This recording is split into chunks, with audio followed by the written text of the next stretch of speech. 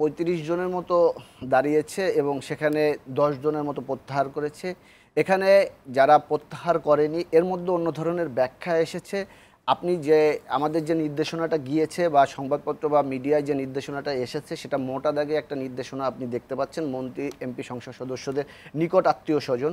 পরবর্তীতে নিকট আত্মীয় স্বজন কারা হবে সেটা নিয়ে আমাদের মধ্যে একটা আলোচনা হয়েছে এবং যারা রানিং উপজেলা পরিষদের চেয়ারম্যান আছেন বা দীর্ঘদিন ধরে রাজনীতি করতেছেন তাদের বিষয়ে দলে এই সিদ্ধান্তে থাকবে কিনা সেটা দেখার এখনো সময় আছে এবং এর জন্য আমাদের সামনে কেন্দ্রীয় কার্যনির্বাহী সংসদের সভা হবে এবং সেখানে দীর্ঘ এবং পুঙ্খানুপুঙ্খানুভাবে আলোচনা হবে, তারপরে এই সিদ্ধান্ত গৃহীত হবে।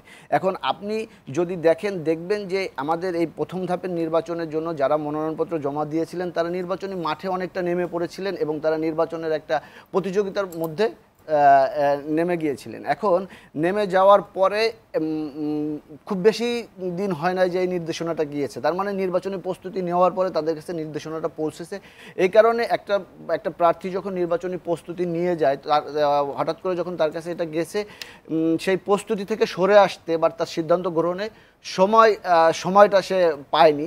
এ কারণে আমাদের পার্টির সাধারণ সম্পাদক বলেছেন যে নির্বাচন কমিশনের যে বেঁধে দেওয়া যে সময় সেই সময় হয়তো শেষ হয়ে গিয়েছে, তবে নির্বাচনের দিন পর্যন্ত অন্য প্রার্থীকে সমর্থন করে সরে যাওয়ার সুযোগ আছে।